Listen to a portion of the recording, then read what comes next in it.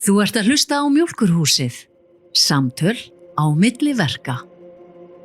Í þættunum í dag er Björt Sigfinnsdóttir. Björt er listakona og tónlistarmaður búsett á Seyðisfirði. Hún er einna þekktust fyrir að hafa komið að stofnun Lunga listaháttíðarinnar sem við ætlum aðeins að ræða við hann sem hefur í gegnum árin dregið listafólk allstaðar að úr heiminum til Seyðisfjarðar eða bæjarins. Björt hefur einnig starfað sem tónlistarmaður og komið fram undir listamannanafninu Fura. Auk þess að vinna að ýmsum list- og menningarverkefnum bæði á Íslandi sem á erlendis.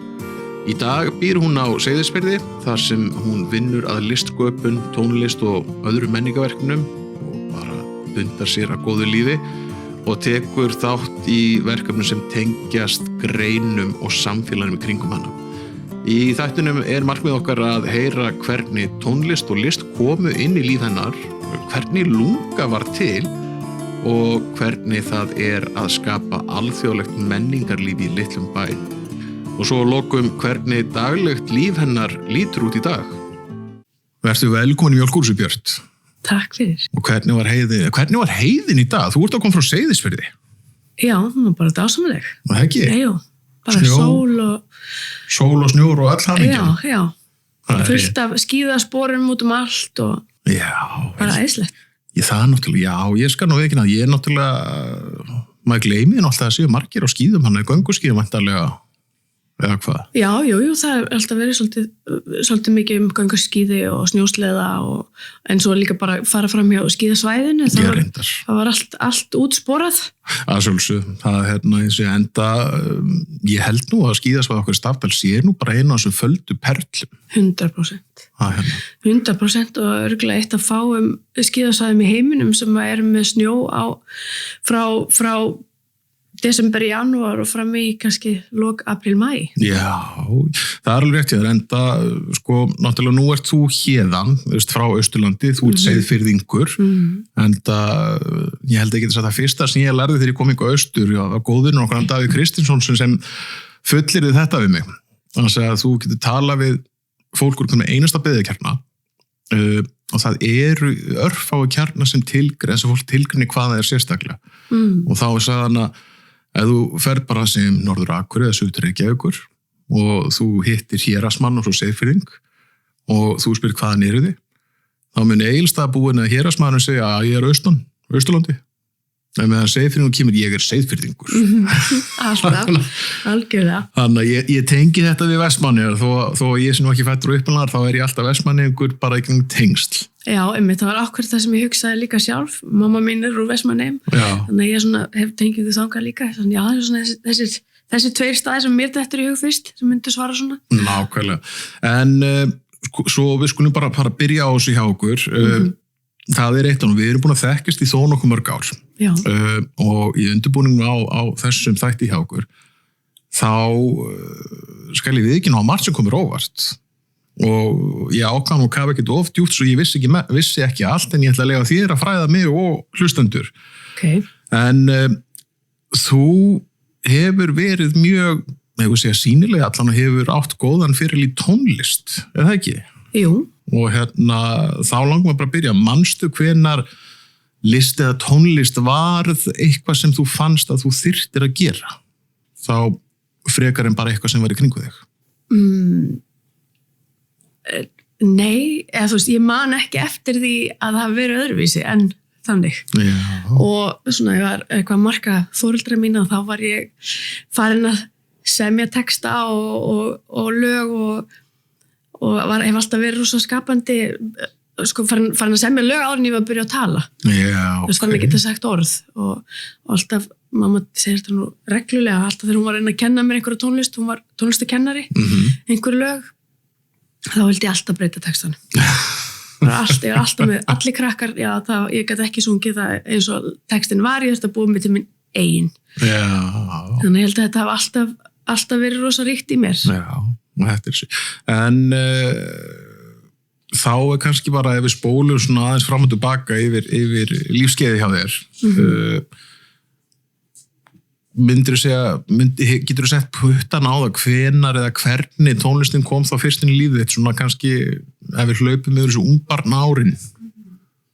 Já, eins og ég segi þá náttúrulega var mamma söngkona og tónlistakennari frá því að ég var svona 3-4 ára og svona okkar, eða þú veist, já, mín fyrstu skref í tónlistinni var örugglega þegar við unnum fyrstu jólalagasamkeppni Rásar 2 þegar ég var 6 að verða 7. Já, ok. Og það unnum hana og lagið var tekið upp í stúdíó Sýrlandi, minni mig. Stúdíó sem var Rabbi heitin allan að rak og það var gefið út og það söng ég fyrst opinberlega og fór í útvarpi þar sem þetta var spilað og einmitt erði einmitt kasettu frá ömmu mín og afa í fyrra sem ástendur Björt í útvarpinu jólalagið. Þannig að það var svona mín fyrstu kynni af tónlist á opinberum vettvangi og eftir það var ég alltaf, þú veist, ég var alltaf í tónlistanámi, þannig að það var alltaf vortónleikar, jólatónleikar og á þessum tíma sem ég að alast upp voru alltaf líka 1. maí-kaffi og það var voru alls konar 17. júní og alls konar svona skemmtanir í miklu ríkari mæli heldur en í dag. Já. Og þá voru við oft fengin til að syngja við svona sem að koma fram við sem vorum í tónlistinni og það var mjög öflugt tónlistarlíf á Seyðisfirði á mínum uppvaxtar árum. Já, þú náttúrulega elstu upp á Seyðisfirði, það ekki? Jú. Já, ég mynd voru hugsað þegar þú sagðir að þau farið í tökur niður í Sýrlandi það voru bjögguð fyrir sunnan eða... Nei. Þannig að það bara verið farið í Víking. Já, okkur bara flogið suður og það var bara heill dagur í stúdíói og dætur mínar á þessum aldrei í dag og ég hugsa til þess að fara með þær í stúdíó heilan dag. Já. Ég myndi nú ekki leggja í það og ég var ekki þolinmóðasta barn í heimi þannig að ég svona þetta segi margt móður mína og hennar þolinmæði. Hún hefði þolinmæði. Það eins og ég nú fengið að kynnast henni aðeins svona gegnum árin oftast er meira á sviði ferðarþjónustu og ég skal alveg viðurkenna svona miða við að litla sé þekki hana og hef heyrt náttúrulega það sem hún hefur gert hvað þá með þér og hvað bara þau verkefnum sem tekið að sér að ef ég var lýsin í 2 orðum þá eins og varst að útskýra það var þolinmæði og svo er það ástríða. Já. Og ég verð nú að segja að þú ert svolítið einkennd af ástríðun líka að mínu mati, þú veist, í þeim verkefnum sem þú tekur fyrir. Já. Það er ekkert hálfkák þegar kemur að því. Nei, ég er mjög heppin að hafa alst upp með foreldrum mínum og fengið svona mikið frelsi og stuðning til að vera bara ég sjálf og einmitt ítt mikið undir það að leyfa ástríðinni að vaksa sama í hvað átt hún að fara. En nú ég forritin eftir að hafa unni jólalakeppnin hér á Rás 2. Já. Og það náttúrulega segður rétt á hana að það hefði aukist að verið beður koma fram eins og á Seyðisfirði. Á Seyðisfirði, jú. Já. Ég maður alltaf reyna að passa sig glúðis ekki og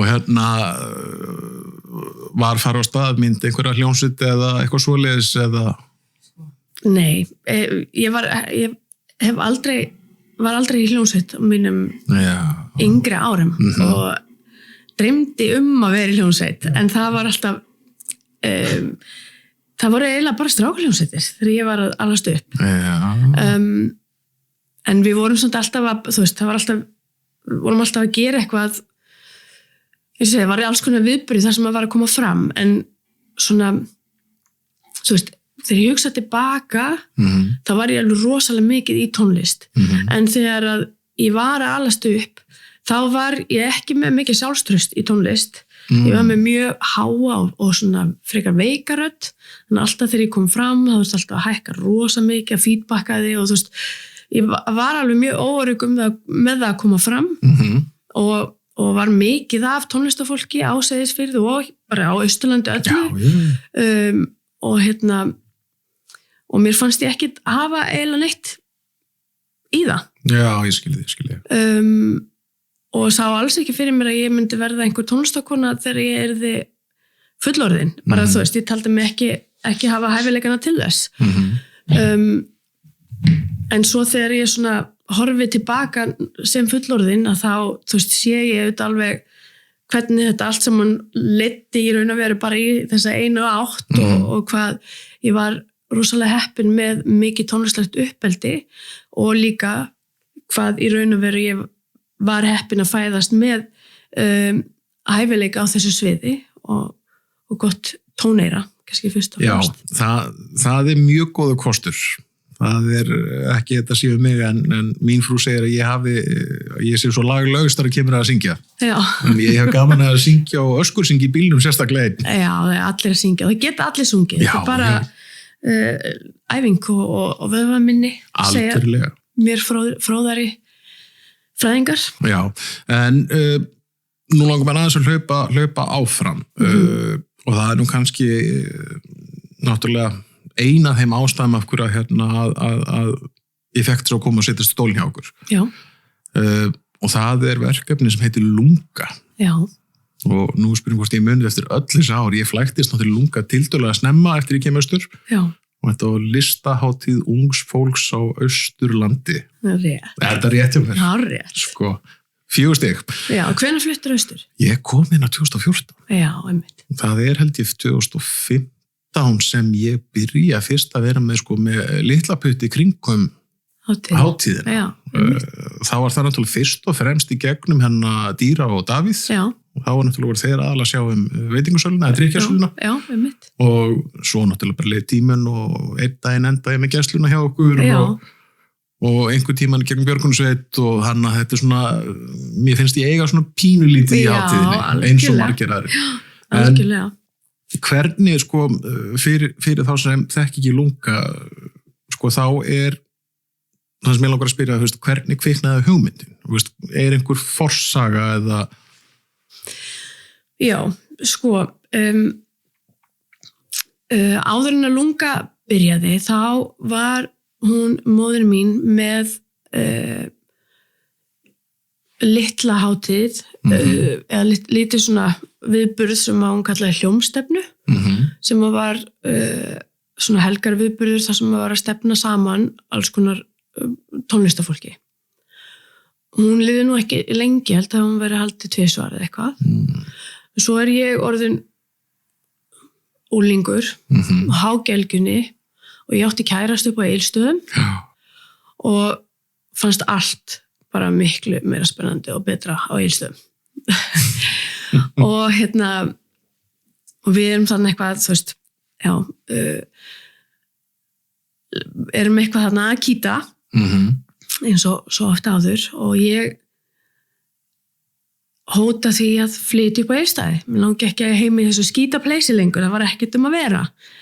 Og notabenni, þú veist, ég var samt í öllum íþróttum, þú veist, það var skíði, handbolti, fótbolti, sund, þú veist, frjálsar á sumrin og ég var að læra á saxofón og í söngnámi og alls konar, en það var ekkert að gera. Og mamma segir, já, nei, svona ekki flytja upp á Egilsstaði, svona frekar bara gerum eitthvað í þessu. Og hún spyrir mig, já, er ekki einhverjir krakkar sem eða eitthvað fólk sem við getum fengið með okkur í þetta og Halldóra Malin og Stefán Benedikt voru þá mikið í leiklist hérna upp á Egilsstöðum og ég sá varla sólina fyrir þeim, ég fannst þau svo sjúklega töff, og legg til að að mamma heyri í þeim sem hún og gerir og þau eru nokkur mánu eldri en ég er 15 ára þannig að ég er bara móli þú veist, en þannig þetta sérstaklega ástæðan fyrir þetta fer á stað en þetta þú veist, ef við komum ennþá dýpra þá ástæðan þetta svo að mamma var frumkvöðull í eðli sínu og langaði að gera eitthvað og hafði mikinn áhuga á listum og menningu og tónlist og svo koma Stebbi og Halldóra að segja já og það eru haldnir margir fundir yfir veturinn og fyrsta lungahátíðin haldir sumarið eftir og Guðni Pála Rökkvarsdóttir er með líka þannig sem er frá Seyðisfirði og og þannig, hún haldin eina helgi þetta fyrsta sumar og við ákvæmum, og heldur svo haldin hvert ár eftir það og svona fyrstu hátíðina, fyrstu árin, þá erum við hringjandi í fólk og byggðum að taka þátt. Sko, fyrsta hátíðin var haldin 2000, eða ekki? Jú. Og það sem ég þótt alltaf svo gaman þegar maður heyrði í fréttaflutningi, sko, þegar maður halda, þegar var bara þessi klassísku fréttaviðtöl við útvarpinu, þú veist, þá töldu þið sko fyrstu hátíðina sem 0 hátíð var það ekki. Jú. Þannig að 2001 þá var það hátíðin 1 árs. Og svona, þetta ekki eitthvað sem maður sér mjög víða í hátíðarhöldum í dag, en það sem ég langar hins vegar aðeins að fornast, ef þú manst eftir því þar að segja, hvernig var stemningin á Seyðisfirði á svona tíma? Var fiskurinn ennþá annað, eða útgerðin, eða var komin einhver niðursveifla, eða skilur hverju fara? Já, ég minna það er náttúrulega kvótinn er settur á 83 og þannig erum við þá komin 17 árum eftir það og vissulega var við vorum farin úr því að vera með 5 fiskvinnslur í að það var á þessum tíma 1 eða 2 eftir man ekki, þessi nummer 2 fór lokaði á þessum tíma, ég man ekki alltaf nákvæmlega fyrir eftir. Þannig að það var, klárlega niðursveifla í atvinnumálum, en samt sem áður, þetta er nokkrum árum, 5 árum eftir 100 ára afmæli kaupstaðarins og ég hef einhvern veginn ekki fyrir en bara, núna síðustu ár, hef ég aldrei upplifað einhvern veginn niðursveiflu á Seyðisfirði, þrátt fyrir fólksfækkun, það er alltaf verið svo mikil baráttuandi, það er alltaf verið svo mikil frumkvöðla hugsunarháttur bara á öllum sviðum, hvort sem að það er í iðnaði eða fiskvinnslu eða menningu eða það er einhvern veginn, það er alltaf verið svo ekki. Fólk hefur verið tilbúið að fara að taka slaginn og bara gera staðina betri stað til þess að vera á. Sem var náttúrulega það sem við upplöðum líka mjög mikið með hátíðina, að bara fyrstu 10-15 árin sérstaklega, þá var náttúrulega, hún hefði aldrei orðið til fyrir, nema fyrir þennan stuðning sem við fundum heima fyrir. Já, frá fólki í bænum sem var að koma, fyrstu árin þá var bara, guðn út í bæ að baka kleinur og koma með og hinn og þessir foreldrar að sitja í miðasölu og þetta var bara samfélagsverkefni. Algjörlega. Og þannig að ég náttúrulega, upplifði á þessum tíma stemminguna vera mjög jákvæða gagnvart þessu allavega. Það var greinilega þörf fyrir þetta. Já. Og það var alltaf verið rosa mikill íþróttarandi á Seyðisfirði sem að var líka þá þá var alveg frábært íþróttalíf og mikið að gerast í kringum það en vantaði svolítið á þessum tíma bara á Austurlandi öllu og mögulega bara Íslandi öllu einhvern svona outlet fyrir okkur svona sem að vorum meira skapandi. Já, bara fyrir listræna eðli voruðan þannig. Já, og á þessum tíma sérstaklega fyrir fólk á aldrinum 16 til 20 ára. Þannig hátíðin var upprunalega frá 16 til 25 ára, svona megin aldurinn, en fór svo hækkandi. Jú, við eldumst því þau öll. Já, einmitt. En það var, og auðvitað líka bara samfélagi breyttist og það var meiri kröfur og hátíðin stækkaði og eftir því sem hátíðin stækkaði þá var einhvern veginn ábyrgðin á því að vera með 16 til 18 ára krakka í gistingu í heila viku og stundum meira orðin svolítið mikil. Já, sko, ef við förum aftur í þessu fyrstu ár, það sem mér þótti og þykir en fallegt, sko, flestir horfa náttúrulega bara á lokapunktin sem náttúrulega þeir sem eru héðan á svæðinu þekkja eru tónleikanir og partíið, þannig sem föstudag og laugardag, en fram að því þá náttúrulega hafa verið listasmiður. Já. Byrja það tiltölulega snemma eða bættist það við eftir einhver ár eða? Listasmiðurnar? Já. Nei, listasmiðurnar eru kjarnin. Þetta byrjar allt út því. Hátíðin snerist það. frá upphafi. Okay. Þannig að það voru listasmiðjur og við vorum að fá til okkar alveg frábært fólk frá, þú veist, strax frá upphafi allstaðar á heiminum og náttúrulega fullt af svona hipsterum úr Reykjavík. Það var Addi í trommuleikari, var með Stomp og hann Bjössi Mínus og Jón Geir mann ekki hvað hljómsveitin hétt sem hann var í, hún var mjög fræg á þessum tíma og hún var í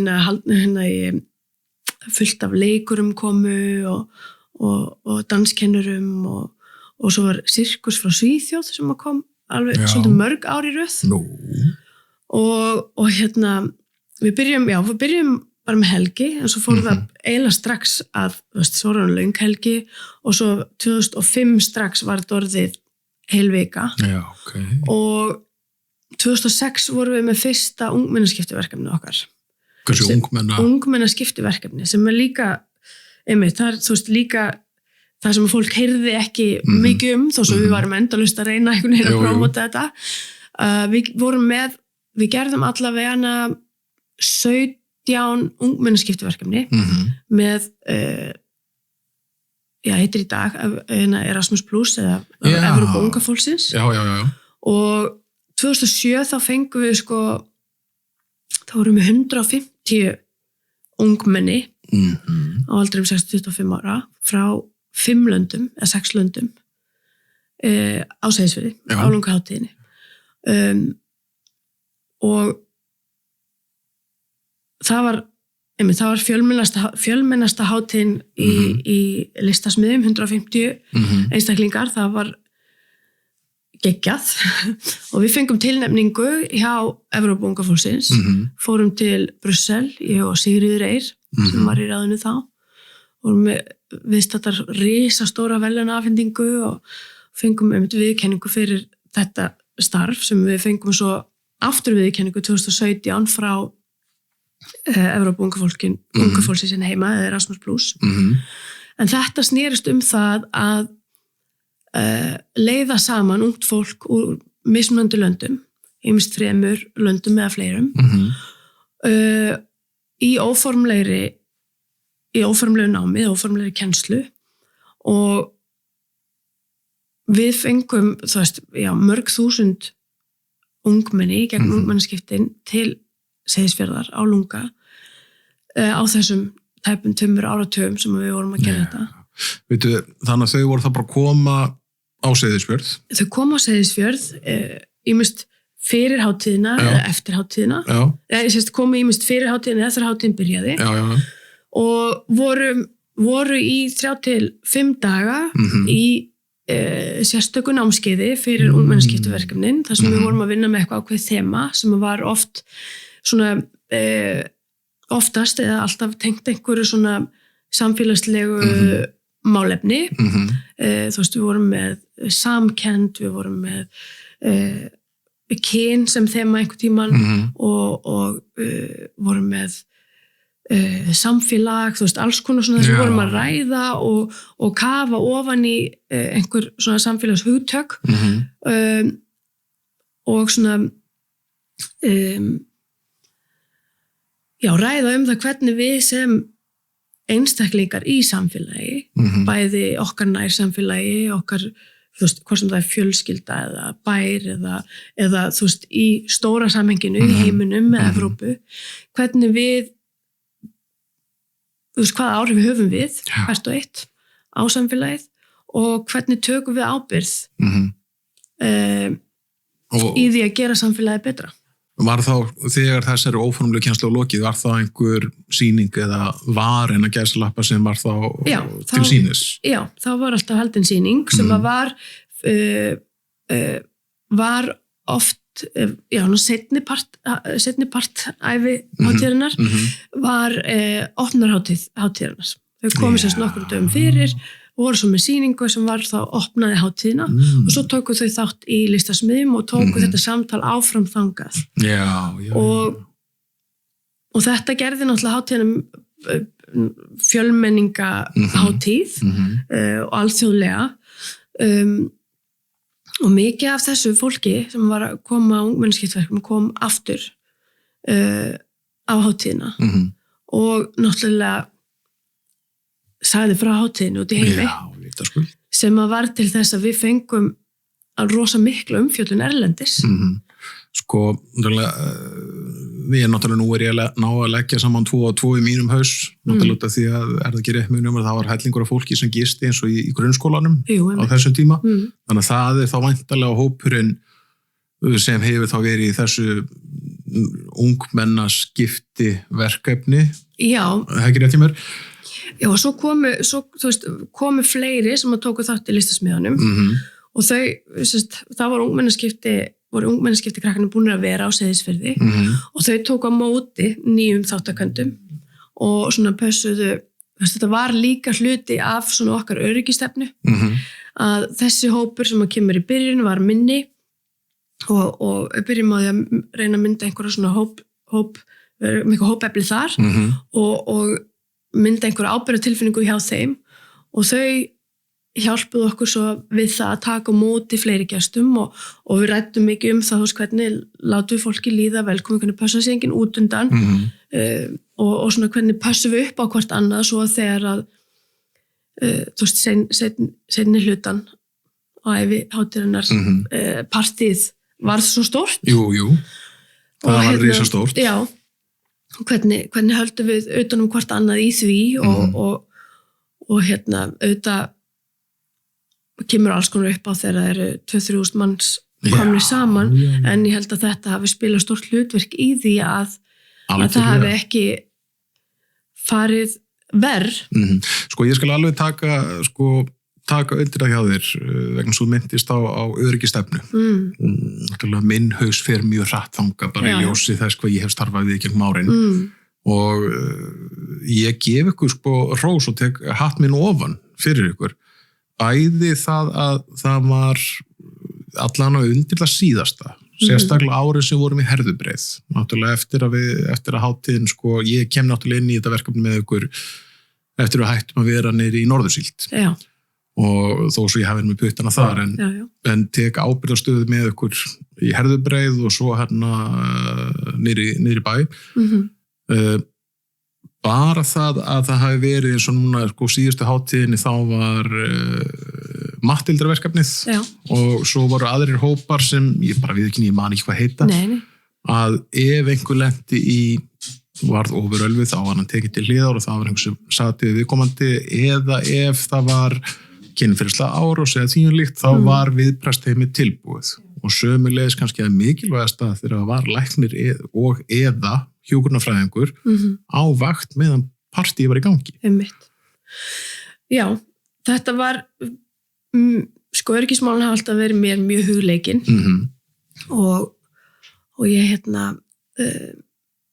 lagði alltaf mikla áherslu á það eða við ræddum þetta mikið og lagði mikla áherslu á það að undirbúa þann hluta vel og auðvitað er hafsjór á milli þess í byrjun og undir lokin. Já, maður náttúrulega vex og þroskast með ferlinu. Já, og en það var einmitt okkur mjög mikilvægt að vera bæði í góðu samtali við þáttakendur sem voru búin að vera í listasmiðjum annað, að vera í góðu samstarfi við lögregluna og við björgunarsveitina og dýravörslu og svona einmitt síðustu árin þegar hátíðin var orðin mjög stór og þá vorum við með ýmist í góðu samstarfi við heilsugæslu læknin sem var á vakt eða með okkar eigið fagfólk sem við réðum inn eða sem eins og mattildraverkefni komu og ég lærði náttúrulega ég bjó í Danmörku í 5 ár og vann fyrir Distortion hátíðina sem þau sem ekki þekkja það ein staðsta götuhátíð í Evrópa allavega með 150.000 gesti á dag og hátíðin 3 daga inn í miðborg færist á milli hverfa og svo 2 daga út í jaðri hátíðarinnar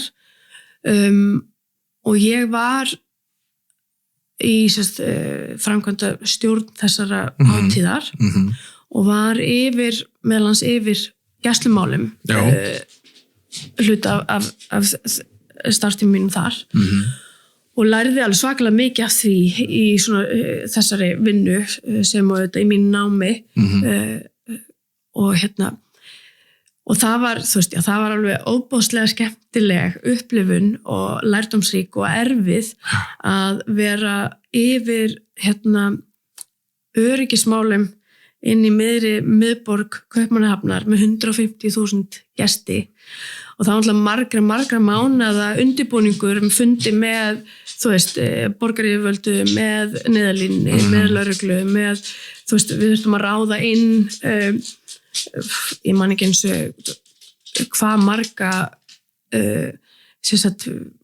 öryggisverði og fyrstu hjálpar teymi sem voru með lækna, sem báru ábyrgð, sem voru með allar helstu græjur og helstu lyf sem gæti þurft á að halda og voru með 20.000 manna tónleika á Ráðhústorginu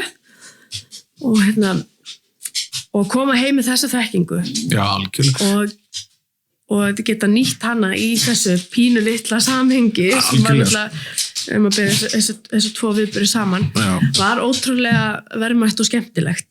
Ég skal alveg trúa því. En hvernig orsakast það að þú ferð þarna út að vinna fyrir þessa hátíð? Varstu flutt til Danmerkur á tímapunkti eða? Sko, ég fer til Danmerkur fyrst 2004 í lýðskóla og svo ég eiginlega bara fram og tilbaka. Já.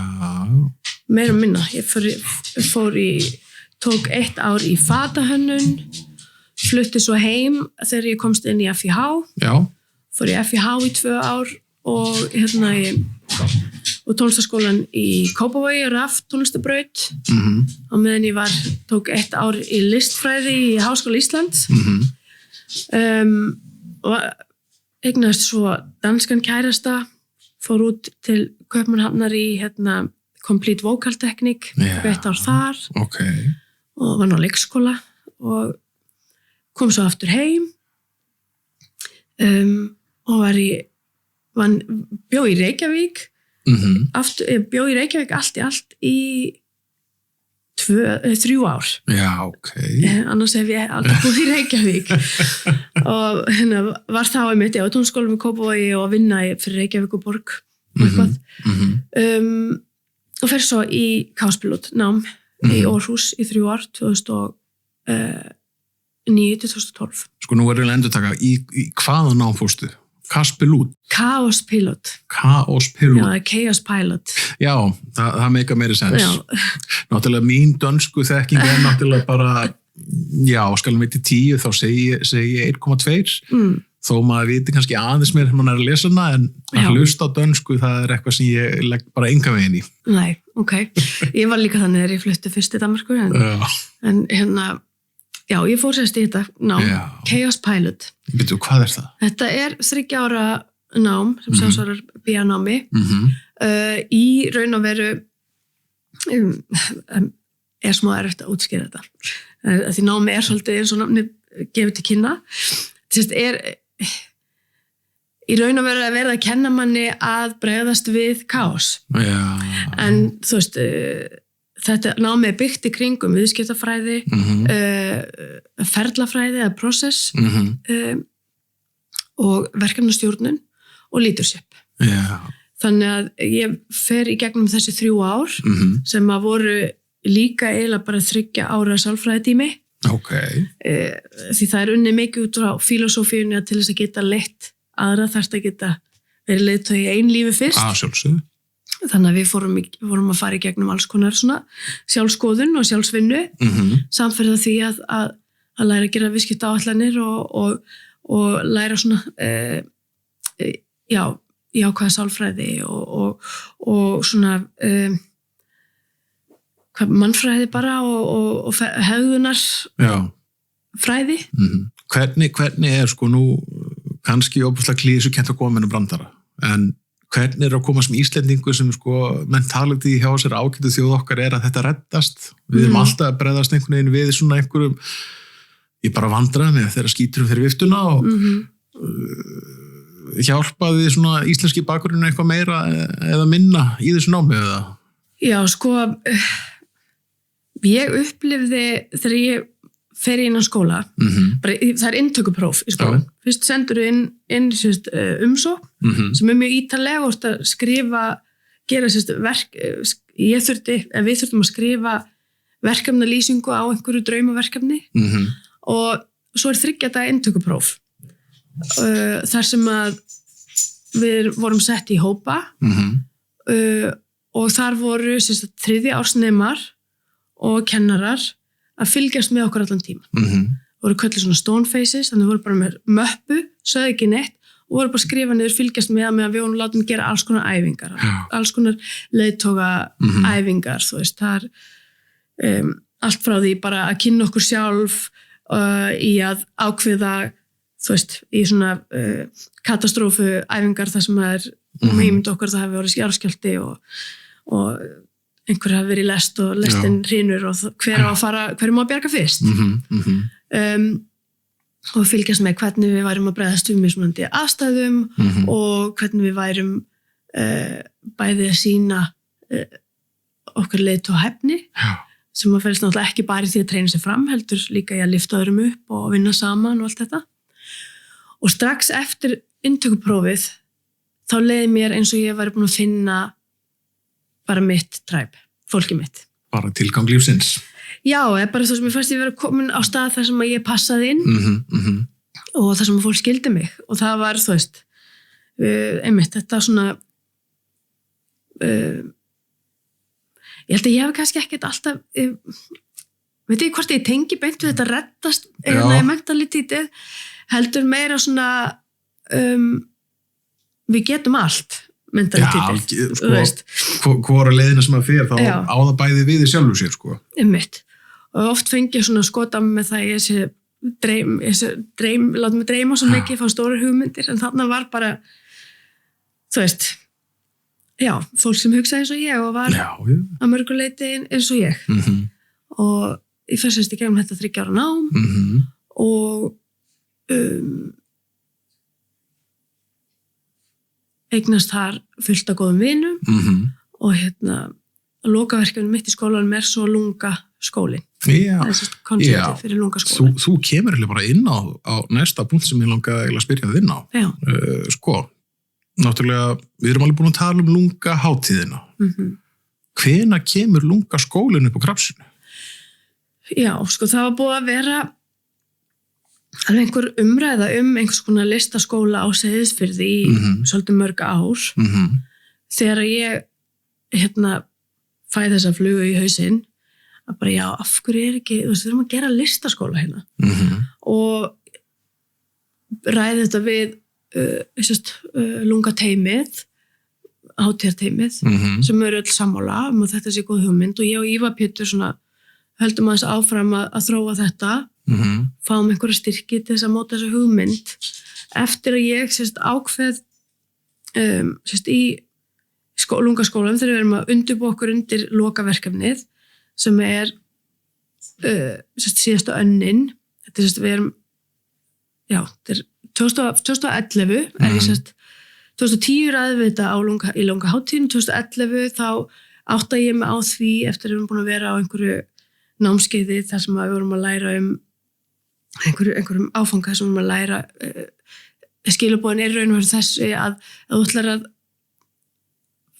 komast langt með eitthvað verkefni þá þarf það að svara einhverju þörf leysa eitthvað vandamál og þú veist og oft sé best að byrja hjá sjálfum sér að finna út í hvað hafa verið svona mínar stærstu áskoranir í lífinu og er það eitthvað sem er hægt að þú veist, færa yfir á fleiri og er það eitthvað sem er hægt að vinna eitthvað verkefni út frá og mér fannst, ég upplifði mig mjög svona utangáttar í menntakerfinu, fór í lýðskóla í Danmörku en hefði haft mjög mikið gagn af ef það hefði verið eitthvað svona skóli eins og lungaskólinn þegar ég var yngri og langaði sérst að búa til þetta svona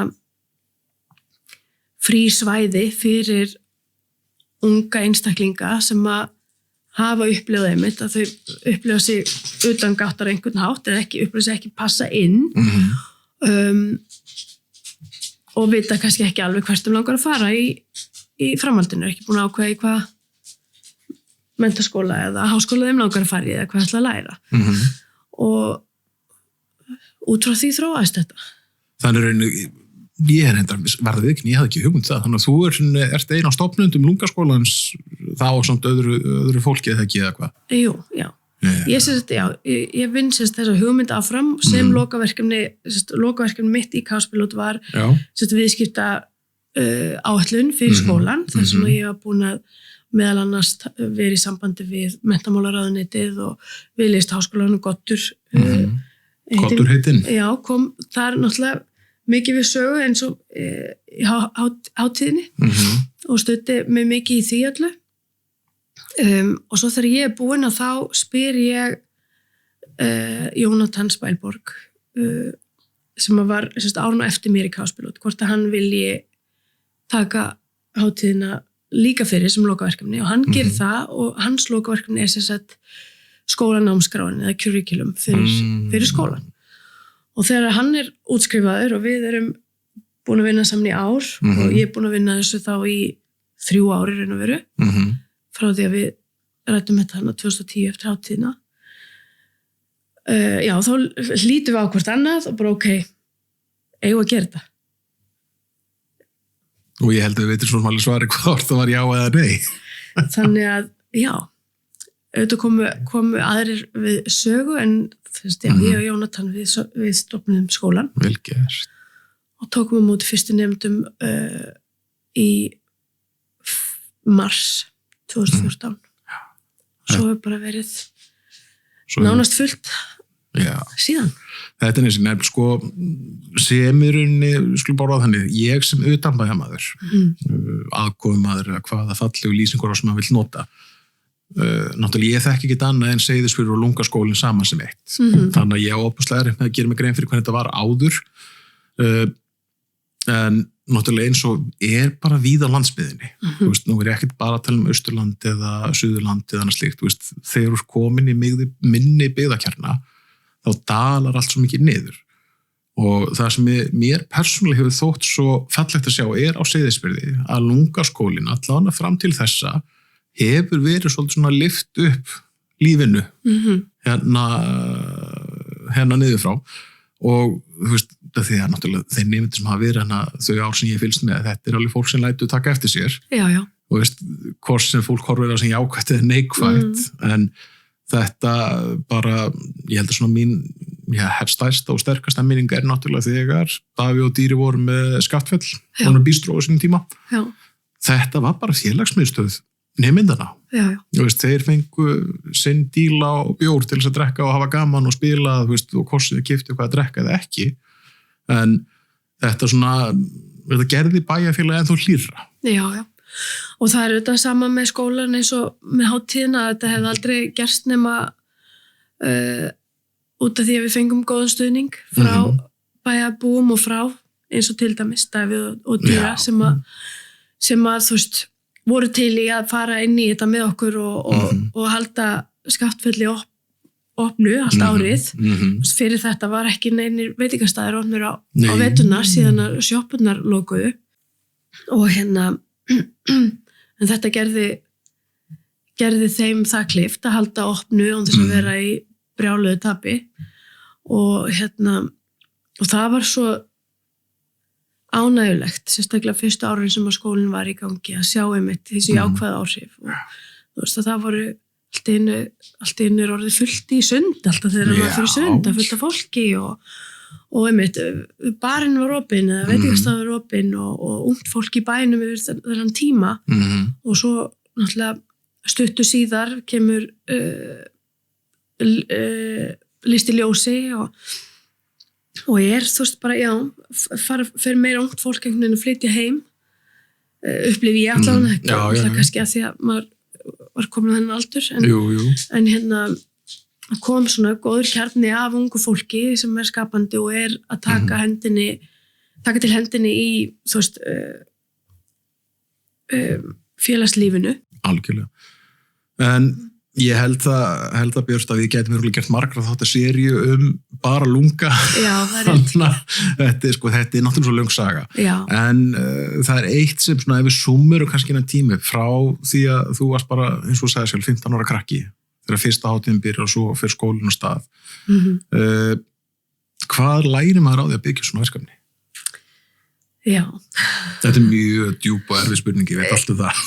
Já, ég hef oft hugsað þetta samt. Þú veist, ég er náttúrulega auðvitað bara að tala út frá sjálfri mér. Já, sjálfsög. En það er náttúrulega, þú veist, 10.000 mann sem hafa komið á hátíðin og að hátíðin með einum öðrum hætti og allir geta sagt sína sögu, en fyrir mig náttúrulega kenndi þetta mér kannski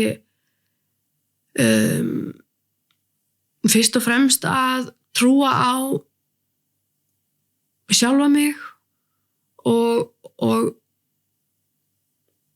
hugmyndirnar að það sé í raun og veru allt hægt svo leiðis og að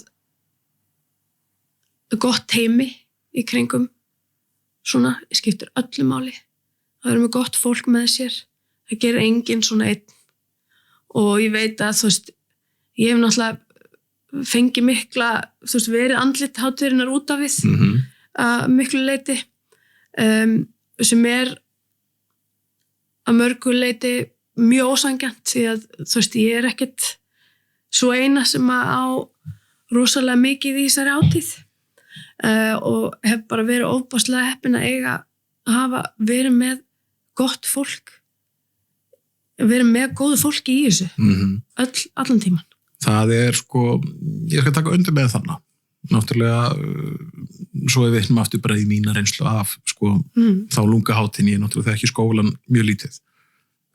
Allir þeir sem hafa komið, náttúrulega þú varst með fyrsti tengiliður en allir aðrir sem hafa stigið svona í þín spor, sérstaklega eftir þú hættir. Þetta er allt mjög gott fólk. Já. Nú dættum mér bara nefna til dæmis eins og hann Hilmar. Já. Mjög gott að vinna með honum. Og ég held svona, ef ég á að vera með einhverja, ég ætla ekki að segja sleggjudóma, en vera með svona blammeringar og jákvæðan hátt, að DNA-ið hjá okkur hafi verið bara mjög innprentað í alla frá upphafi. Já, ég held að, eins og segi, við höfum bara verið alveg óbúðslega heppin með fólk og þú veist, þú nefnir Hilmar og það kom miljón öfn upp í hausin á mér. Þið vitið hver þið eru. Já, nákvæmlega, þú veist. Þau eru búin að vera koma úr ólíkum áttum og líka allstaðar að landinu og að utan og bara einhvern veginn, eins og segir, það er bara hver einn og einasti aðili, held ég, bara, já, mér man alltaf ekki eftir einu mjög augnablikinu, sem hefur ekki bara þú veist, áður en þau koma í hátíðina borðið einhvern veginn þetta þennan svona gildi hátíðarinnar bara í kjarnanum sínum og það er allt ofboðslega gott fólk sem er að gera ofboðslega flotta hluti í dag og öll á sínum sviðum og bara það eru mín helstu forréttindi í þessu að hafa fengið að vinna með svona mikið af frábæru fólki og eigna svona marga góða víni og þú veist, að vinna að svona hátíð saman er, þú veist, það bindur okkur einhverjum böndum það sem eftir er. Já, alveg hygglust. Og einhvern veginn, þú veist, hugsaum bara eins og, þú veist, Berglind Sunnu sem var hérna einhvern tímann, hún var í mörg ár með okkur og býr held í Danmörku, eins og en búið stór út í heimi að þó ég heyri ekki í henni í mörg ár þá samt er þessi tenging alltaf einhvern veginn til staðar. Þetta er og svo þið hittist það var eins og þið bara hist í fyrradag. Nákvæmlega og þetta er alveg 100% dýrmætasta sem að ég hef lært eða fengið, kannski, já, og lært í mínu lungastúsi. Það er að hafa gott fólk með sér í þessu. En svo við höldum áfram. Sko, ég er að hugsa hvort ég eigi að fá þig til þess að segja frá öðru ævintýri sem þú lentir í. Já. Ég hef heyrt marga glefsur á þessari sögu og það er náttúrulega að þú tókst þátt í Hollywood-bíómynd eða ekki? Jú. Já. Sko, í fyrsta lagi þá langar mig að forðast, hvernig kemur það til? Já, sko það leiti sem ég byrja í Kaospilot, þá byrja ég líka að taka upp plötu. Og ég tek upp heila plötu með Berkirhafni og Daða, bensínbræðrum, Jaguar og Monotown, sem reyndar aldrei gefin út. Nú? Að því að svo fæ ég þá hugmynd í hausinni eða svona tilfinningu að mér langar til þess að þetta verði elektrónísk plata. Og ég að vinna í skífunni sem var á Laugaveginum á þessum tíma og að vinna með alltaf bara eintómum snillingum og legends. Og við erum til dæmis með við erum með húsband og í því húsbandi eru Leiló, Lára Rúnars, Halldór Fjallabróðir, Hallur í Blood Group, Gísli Galdur úr stólu úr mér Trabant og Benny B. Ruff og og ég og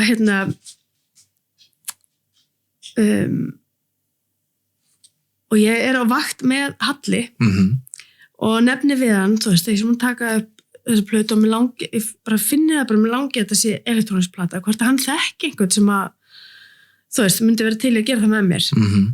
Hann bara eitthvað, já, sendi mig kannski bara eitt demo og þá get ég kannski fundið einhvern. Og ég sendi hann demo og hann skrifaði mig tilbaka bara, heyrðu, við Jannis erum bara að gegja til í þetta. Vel gert. Og ég bara eitthvað, já, við gegja til í þetta. Ég átti ekki orð, mér aldrei dottið í hug.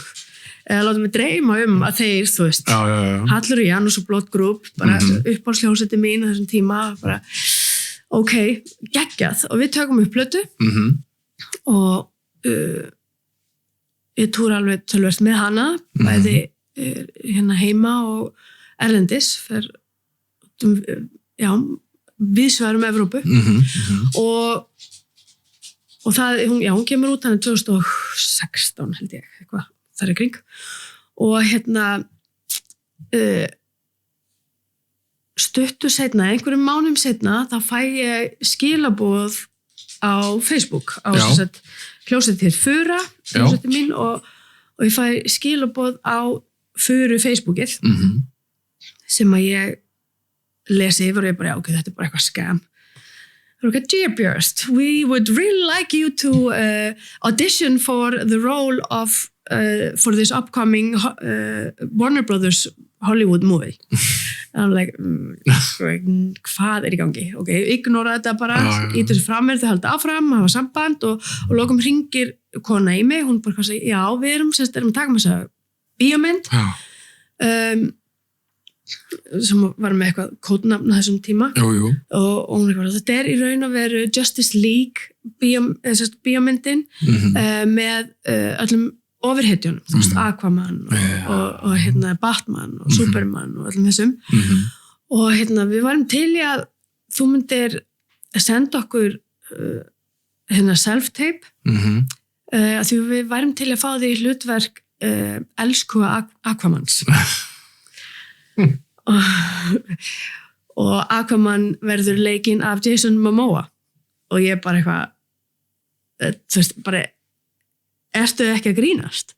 Þetta eru fréttir sem maður trúi alltaf þó að síndalið komið. Nei, og ég á eiginlega ennþá í dag er upp með að trúa þess og það tók mig alveg nokkra daga bara eitthvað svona, ok, býtu self-tape, ok, hvað að gera og ég þannig inn í Svefnbergi fæ, þú veist, leiðbenningur það að taka upp kynningu á sjálfur mér, svo ég taka upp að syngja eitthvað íslenskt lag og svo ég fara með einhverja línur og þær á ég að fara með eins og að ég sé mjög sorgmætt sem verða þú veist, ég sé að missa einhvern nákominn og ég hef, þú veist, það ekki leikið síðan í þú veist, einhverjum menntaskóla leikriti en ég geri þetta og sendi bara eitthvað mann ég teipaði síma minn við gluggan á vegginn til þess að geta tekið upp að því ég hugsa mér að vera einhver annar að fara að taka þetta upp.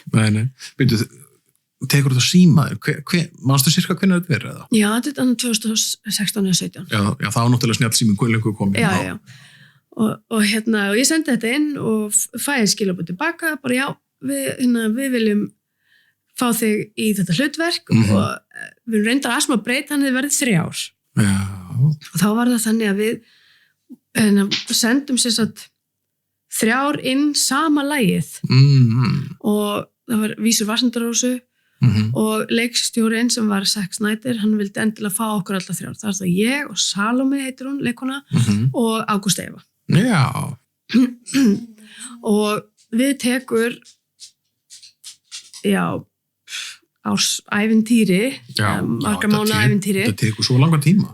Já, með þú spilum inn á milli. Já, við förum okkur flóið út, ég býði í Danmörku á þessum tíma og ég fæ bara upplýsingar með það, ég verði sótt og mér keyrt í flug og það búið að panta flug fyrir mig og þú veist, ég hef sagt já við þessu öll á þess að borga en við fengum svo borga líka og dagpenninga. Já. Og ég lappa niður tröppunar þannig morgun og tekur á móti mér svartur bíll, mjög flottur, ég held að þetta hafi verið, þú veist, BMW, dökkar rúður og ég sest inn í og það er bara einkabílstjóri fyrir mig sem að keyra mér á flugvöllinn og ég fer inn í Saga Lounge og er bara first class og með kampavín og mat og ég veit ekki hvað, bara að fá að vera með hundurinn og og svo kem ég út úr flugvélinni og þá er þar annar bílstjóður með skilti Missy Finnsdóttir og keyrir mér upp á hótel sem er eitthvað bara mansion, risa slott með þú veist mörg þúsund hektara garði og spa og öll herbyggin eru þú veist stíliserði í einhverjum svona rokokko stíl og ég kemst að því eftir að það kostar 170 skall nóttin að gista þarna og við gistum þarna og förum í okkur flóið út í fittings, flóið aftur heim svo okkur flóið aftur út í hair and make-up, flóið aftur heim okkur flóið út í 15 mínúna fund með leikstjóranum, flóið aftur heim og svo komum við út í tökur og alltaf gistu á þessu fína hóteli og þetta er sérst, ég, Salome og Ágústa Eva og svo er Ingvar Ea og Krispur Kjeld og við erum úti í viku minni mig að taka upp í London í Warner Brothers stúdíónu við hliðin á Harry Potter stúdíónu og fengum okkar einhver einn trailer og ég hef myndið að horta á Harry Potter stúdíóið úr trailernum þessast þá settið þið það? Já, einmitt leikmyndina og svo komum við á set og erum með okkar eigin backstage og svo eru þannig stólar sem við sita í og meðan við erum að taka upp og sesti minn stól og við hliðina með situr Jason Momoa eða íslensku og hann eitthvað svona hvað segir stelpur, hljómar þetta rétt? Nei, segja aðeins meira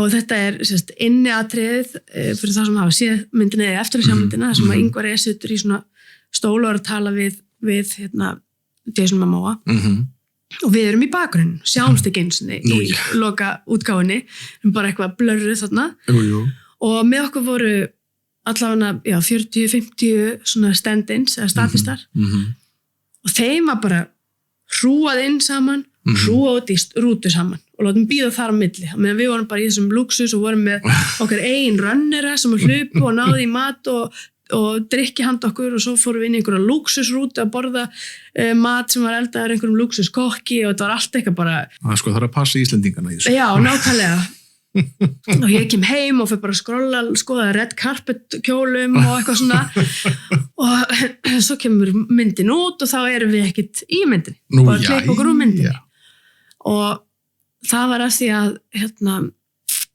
leikstjórinn Zack Snyder, hann missir barn og nær ekki að klára að vinna myndir, hann er ekkert í neinu eftir vinslu á myndinni, heldur kemur annar leikstjórinn og það var alveg augljóst eftir þennan 15 mínútna fund með leikstjóranum að hann hafði mjög sterka sýn fyrir þetta atriði og líka þegar við vorum í tökum á Ísland vorum að taka upp okkar senu þar sem við syngjum þetta lag og hann er með mjög svona sterkt vision hvað þetta varðar sem að nýji leikstjórun hafði ekki en svo nokkrum árum síðar þá gefur Zack Snyder og Warner Bros. Út hans útgáfi Zack Snyder edit og þar erum við í fyrstu senni. Nú, jæja. Já, og hún fekk miklu betri dóma. Að sjálfsögðu. En það sko leið og allir Íslendingar mættir. Einmitt. Þetta er svakaleg saga. Já, og við tókum upp líka hérna í Djúpavík fyrir vestan. Já. Og og eins og þú veist, ég hef ekki leikinn eitt áður, Ágústa og Salome báðar leikara lærðar og hann var eins með reynslu sem ég, en við vorum atrið okkar síðasta atriði sem hann tekið upp í allri myndinni. Þannig að kvöldi áður en að við að mæta, þá er haldið rap party. Nú kvöldi áður? Já. Nú, jæja. Og við náttúrulega samviskusamar, þú veist, þetta var stóra tækifærið okkar, förum mjög snemma í háttinn. Og heyrum bara partíhöldin fyrir utan gluggann og vöknum svo morgunin eftir og það var Jason Momoa búinn að vera að syngja í karaoke og gefa öllum drykja á barnum og Ben Affleck líka og hann var vist svo, maður á ekki að segja frá þessu, hann vist varð menn voru mishressir. Mishressir, já, og þetta misauðvöld með að finna leiðina heim þess að var eitt heima bara 3 metra frá barnum en allavega, þetta var mjög skemmtileg reynsla. Ég skal trúa því. En tíminn flýgur hratt frá okkur. Já. Svona til þess að klára þetta. Þú, svo eftir þessu öll ævintýri. Þú ert búin að vera náttúrulega mikið fram og tilbaka, Seyðisfjörður, Danmörk, eitthvað ef við segja kortir í Reykjavík aftur út og þar fram með götunum. Mér langar svolítið að horfa bara á núið. Nú ertu náttúrulega flutt aftur heim, búsett að öllu leyti á Seyðisfirði, ferðast mikið reyndar. Já, allt í lagi. Bara svona eins og flesti gera. Það er nokkur hluti sem ég langar að spyrja þeim. Hvernig eftir allt þetta, hvernig er að koma aftur heim á Seyðisfjörð og setjast að þar? Þú veist, upplifur Seyðisfjörð sem bara heim eða er þetta lítið þorp eða ég er svona meira að hugsa tilfinninguna? Já, það ég held að við sem komin aftur svona þess að við vorum að byrja á að þú Seyðfirðingar tala eiginlega alltaf eru stoltir Seyðfirðingar. Það er fyrir mér hefur Seyðisfjörður alltaf verið heima. Já. Og ég er alltaf elst upp þarna með alla mína stór fjölskyldu, ömmur og afar á báðum hliðum, frænkur og frændur, þú veist, voru allir á Seyðisfjörði þegar ég elst upp. Og þó svo að ég hafi upplifað kannski, 99% af öllum mínum stærstu erfiðleikum í lífinu hef ég upplifað á Seyðisfjörði. Að þá er það samt sá staður sem að ég hef heimsótt í heiminum sem að gefa mér hvað mestu jarðtengingu og öryggistilfinningu. Það er bara einhver svona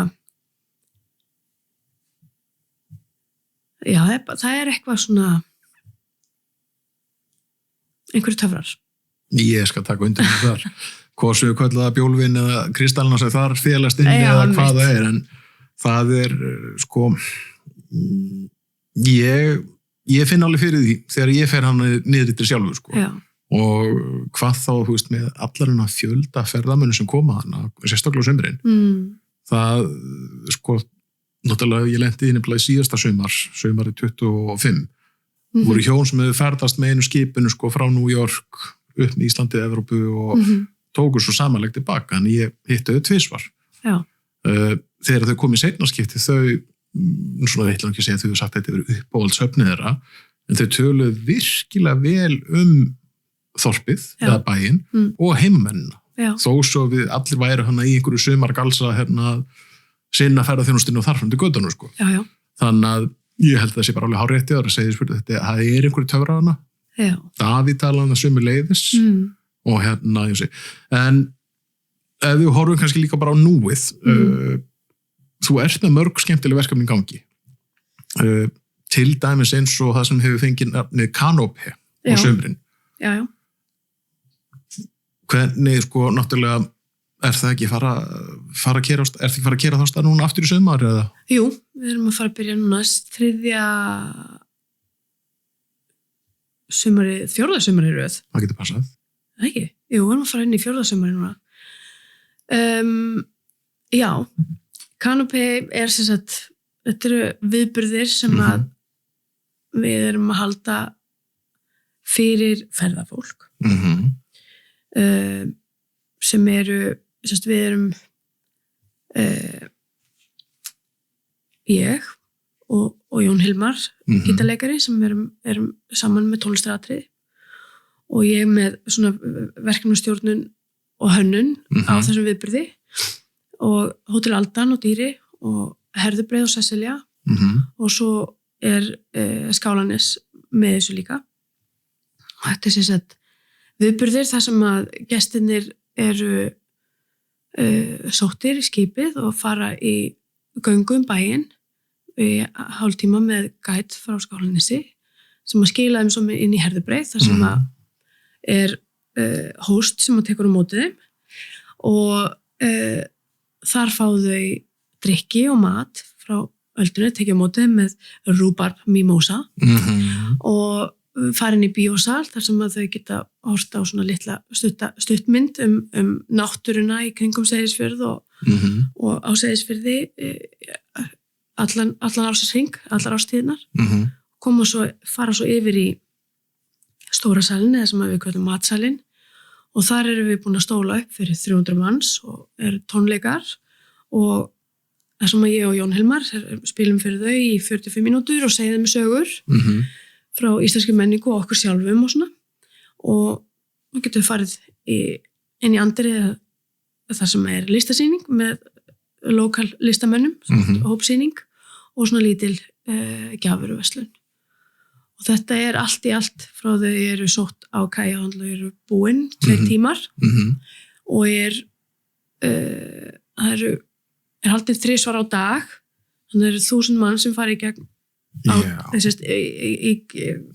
þetta á einu degi cirka, tæplega og gert sem sagt fyrir bara ákveðin skipafélög og svo eru þau breytt aðeins fyrir hvert skipafélag fyrir sig en við erum að taka að spila einhverja milli 70-100 tónleika á ári og fá yfir 20.000 manns. Þetta er bara magna. Já, þetta er mikil forréttindi að fá að gera það sem maður elskar. Ég sko, enda líka hverjum hefði dottið, bara ef spólu bara tilbaka 10 ára aftur í tíman. Hverjum hefði dottið því að svona verkefni myndi geta fyllt sumar hjá manni? Einmitt. Já, 15-20 ár. Já. Einmitt. Skemmtiferðarskipin búin að vera að koma í einhver áratugir núna á Seyðisfjörð og það hefur, þú veist, ég hef allan þennan tíma verið einhvern veginn involved að taka einhverju hópa í guide eða að vera með einhverju svona, þú veist, að syngja fyrir einhverju og eitthvað. Þannig að það er alveg búið að vera að gera þetta lengi. En þegar þau höfðu samband við mig frá Iceland Travel fyrir þá að verða 4 árum síðan, að þá hugsaði ég með hvernig getum við gert þetta aðeins meira grand og meira unique. Meira eftirminnilegra og meira authentic þannig að við séum ekki þannig að við séum einmitt að snerta gestina aðeins dýpra ekki bara eitt stoppið einmitt þannig að við erum auðvitað líka með einhverjar sögur og úr íslenskri menningu og einhver svona þekkt íslensk lög en við erum ekki síður eiginlega meira með sögur á okkur sjálfum eða svona tengja þetta allan okkur sjálfum og með frumsaminlög og það er bara ég hef einhvern veginn aldrei látið mig detta í hug að ég væri sitja fyrir á myndum og gefa einhandar áritanir og að faðma fólk á Seyðisfirði.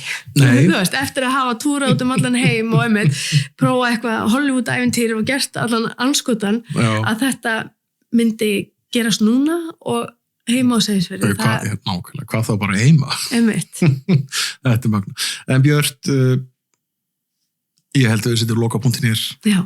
Bara taka innlega frá að koma í Mjólkurhúsið og sérstaklega og gefa þér tíma á milli verka. Já, og takk fyrir að fá mig. Bara minnsta mál og ég svona hefur grunað það að við erum ekki búin að snerta á nærri helmingu sem við ætlum að ræða þannig að hver veitum hún komir aftur. Aldrei vita. Bara takk æsla fyrir. Þetta alveg mögnu saga sem Björt Wörths hefur sagt okkur og greinlegt að hún lætur fátt ef eitthvað stoppa sig þegar kemur að því að framkvæma nýjar hugmyndir eða verkefni. Við þökkum Björt kærlega fyrir samtalið, fyrir sögurnar og fyrir að gefa sér tíma á milli verka. Mjólkurhúsið unnið í samstarfi við Austurfrétt sem viljum þakka fyrir stuðningin. Þangað til næst, takk fyrir að hlusta.